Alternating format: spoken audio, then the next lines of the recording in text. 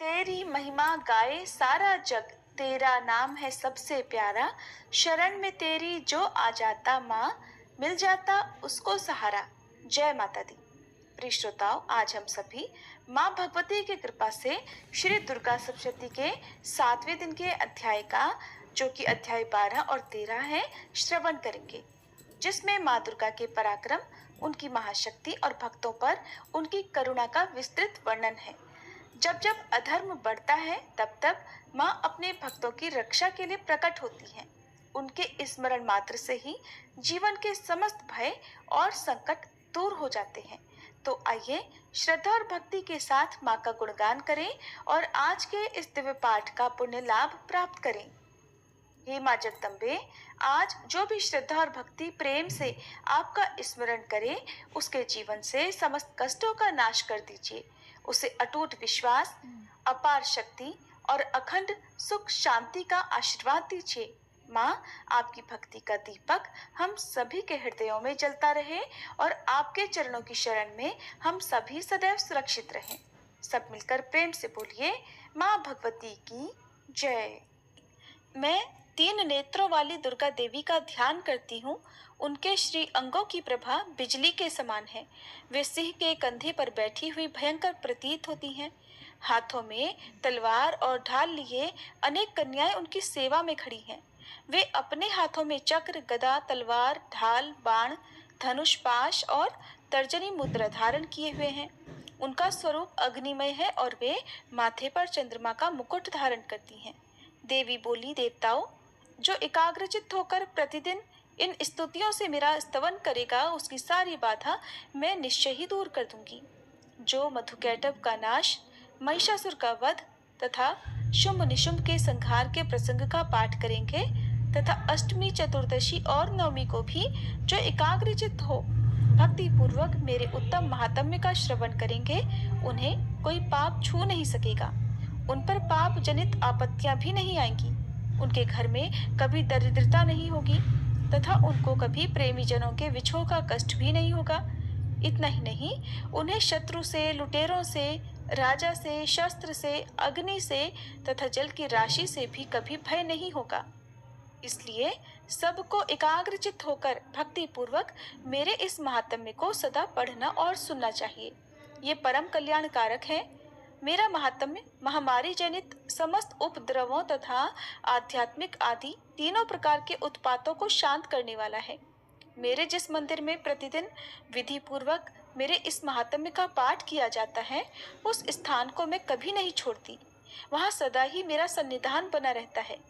बलिदान, पूजा, होम तथा महोत्सव के अवसरों पर मेरे इस चरित्र का पूरा पूरा पाठ और श्रवण करना चाहिए। ऐसा करने पर मनुष्य विधि को जानकर या बिना जाने भी मेरे लिए जो बलि, पूजा या होम आदि करेगा, उसे मैं बड़ी प्रसन्नता के साथ ग्रहण करूंगी। शरद काल में जो वार्षिक महापूजा की जाती है, उस अवसर पर जो मेरे इस महात्म्य को भक्ति पूर्वक सुनेगा, वह मनुष्य मेरे प्रसाद से सब बाधाओं से मुक्त तथा धन, धान्य और पुत्र से संपन्न होगा। इसमें तनिक भी संदेह नहीं। मेरे इस महात्म्य, मेरे प्रादुर्भाव की सुंदर कथाएं तथा युद्ध में किए हुए मेरे पराक्रम सुनने से मनुष्य निर्भय हो जाता है। मेरे महात्म्य का श्रवण करने वाले पुरुषों के शत्रु नष्ट हो जाते हैं, उन्हें कल्याण की प्राप्ति होती है तथा उनका कुल भी आनंदित रहता है। सर्वत्र शांति कर्म में बुरे स्वप्न दिखाई देने पर तथा ग्रह जनित भयंकर पीड़ा उपस्थित होने पर मेरा महात्म्य श्रवण करना चाहिए। इससे सब विघ्न तथा भयंकर ग्रह पीड़ाएं शांत हो जाती हैं और मनुष्यों द्वारा देखा हुआ दुस्वप्न शुभ स्वप्न में परिवर्तित हो जाता है।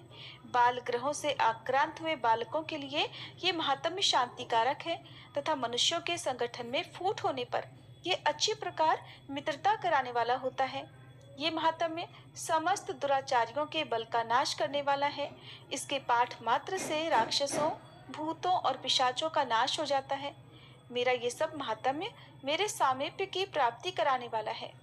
पशु, पुष्प, अर्घ्य, धूप, दीप, गंध आदि उत्तम सामग्रियों द्वारा पूजन करने से, ब्राह्मणों को भोजन कराने से, होम करने से, प्रतिदिन अभिषेक करने से, नाना प्रकार के अन्य भोगों का अर्पण करने से तथा दान देने आदि से 1 वर्ष तक जो मेरी आराधना की जाती है और उससे मुझे जितनी प्रसन्नता होती है, उतनी प्रसन्नता मेरे इस उत्तम चरित्र का एक बार श्रवण करने मात्र से हो जाती है। ये महात्म्य श्रवण करने पर पापों को हर लेता है और आरोग्य प्रदान करता है। मेरे प्रादुर्भाव का कीर्तन समस्त भूतों से रक्षा करता है तथा मेरा युद्ध विषयक चरित्र दुष्ट दैत्यों का संहार करने वाला है। इसके श्रवण करने पर मनुष्यों को शत्रु का भय नहीं रहता। देवताओं, तुमने और ब्रह्म ऋषियों ने जो मेरी स्तुतियां की हैं तथा ब्रह्मा जी ने जो स्तुतियां की हैं, वे सभी कल्याणमयी बुद्धि प्रदान करती हैं। वन में, सूने मार्ग में या फिर दावानल से घिर जाने पर, निर्जन स्थान में, लुटेरों के दाव में पड़ जाने पर या शत्रुओं से पकड़े जाने पर, अथवा जंगल में सिंह, व्याघ्र या जंगली हाथियों के पीछा करने पर, कुपित राजा के आदेश से वध या बंधन के स्थान में ले जाए जाने पर, अथवा महासागर में नाव पर बैठने के बाद भारी तूफान से नाव के डगमगाने पर, और अत्यंत भयंकर युद्ध में शस्त्रों का प्रहार होने पर, अथवा वेदना से पीड़ित होने पर, किम बहुना सभी भयानक बाधाओं के उपस्थित होने पर, जो मेरे इस चरित्र का स्मरण करता है वह मनुष्य संकट से मुक्त हो जाता है। मेरे प्रभाव से सिंह आदि हिंसक जंतु नष्ट हो जाते हैं तथा लुटेरे और शत्रु भी मेरे चरित्र का स्मरण करने वाले पुरुष से दूर भागते हैं। मार्कंडेय ऋषि कहते हैं, ऐसा कहकर प्रचंड पराक्रम वाली भगवती चंडिका सब देवताओं के देखते देखते वहीं अंतर्ध्यान हो गई। फिर समस्त देवता भी शत्रुओं के मारे जाने से निर्भय होकर पहले की तरह यज्ञ भाग का उपभोग करते हुए अपने अपने अधिकार का पालन करने लगे। संसार का विध्वंस करने वाले महाभयंकर अतुल पराक्रमी देव शत्रु शुंभ तथा महाबली निशुंभ के युद्ध में देवी द्वारा मारे जाने पर शेष दैत्य पाताल लोक में चले आए। राजन, इस प्रकार भगवती अंबिका देवी नित्य होती हुई भी पुनः पुनः प्रकट होकर जगत की रक्षा करती हैं।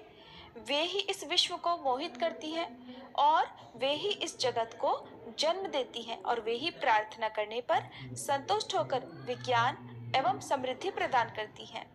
राजन, महाप्रलय के समय महामारी का स्वरूप धारण करने वाली वे महाकाली ही इस समस्त ब्रह्मांड में व्याप्त हैं। वे ही समय समय पर महामारी होती और वो ही स्वयं अजन्मा होती हुई भी सृष्टि के रूप में प्रकट होती हैं। वे सनातनी देवी ही समयानुसार संपूर्ण भूतों की रक्षा करती हैं। मनुष्यों के अभ्युदय के समय में वे ही घर में लक्ष्मी के रूप में स्थित होकर उन्नति प्रदान करती हैं और वे ही अभाव के समय दरिद्रता बनकर विनाश का कारण होती हैं। पुष्प, धूप और गंध आदि से पूजन करके उनकी स्तुति करने पर वे धन, पुत्र, धार्मिक बुद्धि तथा उत्तम गति प्रदान करती हैं। जय माता दी। इस प्रकार श्री मार्कंडेय पुराण में सावर्णिक मनवंतर की कथा के अंतर्गत देवी महात्म्य में फल स्तुति नामक 12वां अध्याय पूर्ण हुआ। अब सुनिए 13वां अध्याय।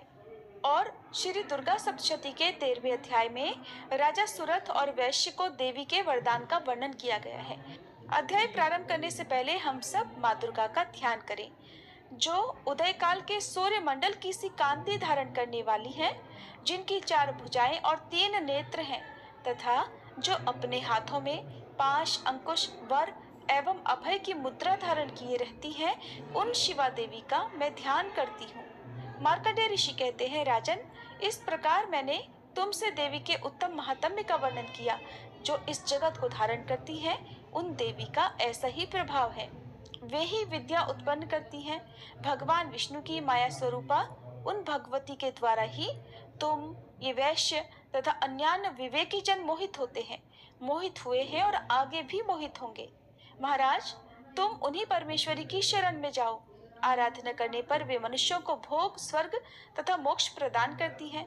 मार्कंडेय जी कहते हैं, मेधा मुनि के ये वचन सुनकर राजा सुरथ ने उत्तम व्रत का पालन करने वाले उन महाभाग महर्षि को प्रणाम किया। वे अत्यंत ममता और राज्यापहरण से बहुत खिन्न हो चुके थे। महामुने इसलिए विरक्त होकर वे राजा तथा वैश्य तत्काल तपस्या को चले गए और वे जगदम्बा के दर्शन के लिए नदी के तट पर रहकर तपस्या करने लगे। वे वैश्य उत्तम देवी सूक्त का जप करते हुए तपस्या में प्रवृत्त हुए। वे दोनों नदी के तट पर देवी की मिट्टी की मूर्ति बनाकर पुष्प, धूप और हवन आदि के द्वारा उनकी आराधना करने लगे। उन्होंने पहले तो धीरे धीरे आहार को कम किया, फिर बिल्कुल निराहार रहकर देवी में ही मन लगाए एकाग्रता पूर्वक उनका चिंतन आरंभ किया। वे दोनों अपने शरीर के रक्त से प्रोक्षित बलि देते हुए लगातार 3 वर्ष तक संयम पूर्वक आराधना करते रहे। इस पर प्रसन्न होकर जगत को धारण करने वाली चंडिका देवी ने प्रत्यक्ष दर्शन देकर कहा। देवी बोली, राजन तथा अपने कुल को आनंदित करने वाले वैश्य, तुम लोग जिस वस्तु की अभिलाषा रखते हो वो मुझसे मांगो, मैं संतुष्ट हूँ, इसलिए तुम्हें वह सब कुछ दूंगी। मार्कंडेय जी कहते हैं, तब राजा ने दूसरे जन्म में नष्ट न होने वाला राज्य मांगा तथा इस जन्म में भी शत्रुओं की सेना को बलपूर्वक नष्ट करके पुनः अपना राज्य प्राप्त कर लेने का वरदान मांगा। वैश्य का चित्त संसार की ओर से खिन्न एवं विरक्त हो चुका था और वे बड़े बुद्धिमान थे, अतः उस समय उन्होंने तो ममता और अहंता रूप आसक्ति का नाश करने वाला ज्ञान मांगा। देवी बोली, राजन तुम थोड़े ही दिनों में शत्रुओं को मारकर अपना राज्य प्राप्त कर लोगे। अब वहां तुम्हारा राज्य स्थिर रहेगा। फिर मृत्यु के पश्चात तुम भगवान विवस्वान अर्थात सूर्य के अंश से जन्म लेकर इस पृथ्वी पर सावर्णिक मनु के नाम से विख्यात होगे। वैश्वर्य, तुमने भी जिस वर को मुझसे प्राप्त करने की इच्छा की है उसे देती हूँ, तुम्हें मोक्ष के लिए ज्ञान प्राप्त होगा। मार्कंडेय जी कहते हैं, इस प्रकार उन दोनों को मनोवांछित वर देकर तथा उनके द्वारा भक्ति पूर्वक अपनी स्तुति सुनकर अंबिका देवी तत्काल अंतर्ध्यान हो गई। इस तरह देवी से वरदान पाकर क्षत्रियों में श्रेष्ठ सुरथ सूर्य से जन्म ले सावर्णी नामक मनु होंगे। जय माता दी। इस प्रकार श्री मार्कंडेय पुराण में सावर्णिक मनवंतर की कथा के अंतर्गत देवी महात्म्य में सुरथ और वैश्य को वरदान नामक 13वां अध्याय पूर्ण हुआ और इसी के साथ आज श्री दुर्गा सप्तशती पाठ के सभी अध्याय पूर्ण हुए। हे मां जगदम्बे, आपकी कृपा और आशीर्वाद से हम सभी ने पूरे दुर्गा सप्तशती पाठ को पूर्ण किया। माँ, जिन्होंने भी श्रद्धा और भक्ति से इन पाठों का श्रवण किया, उनके जीवन से समस्त कष्टों का नाश करना, उन्हें बल, बुद्धि, सुख और समृद्धि प्रदान करना। माँ, आपकी कृपा से हर घर में शांति, प्रेम और मंगलमय ऊर्जा बनी रहे। हम सभी को अपने चरणों में सदा स्थान देना, हमारे जीवन से अज्ञान, अहंकार और अंधकार को दूर करना, हर संकट में हमें साहस और हर संघर्ष में शक्ति प्रदान करना। प्रिय श्रोताओं, माँ की भक्ति अमूल्य है, इसे अपने हृदय में सहेज कर रखें। उनके प्रेम और आशीष से ही जीवन का हर मार्ग रोशन होता है। आज जो भी श्रोता इस पाठ में सम्मिलित हुए, माँ की कृपा उनके परिवार पर सदा बनी रहे।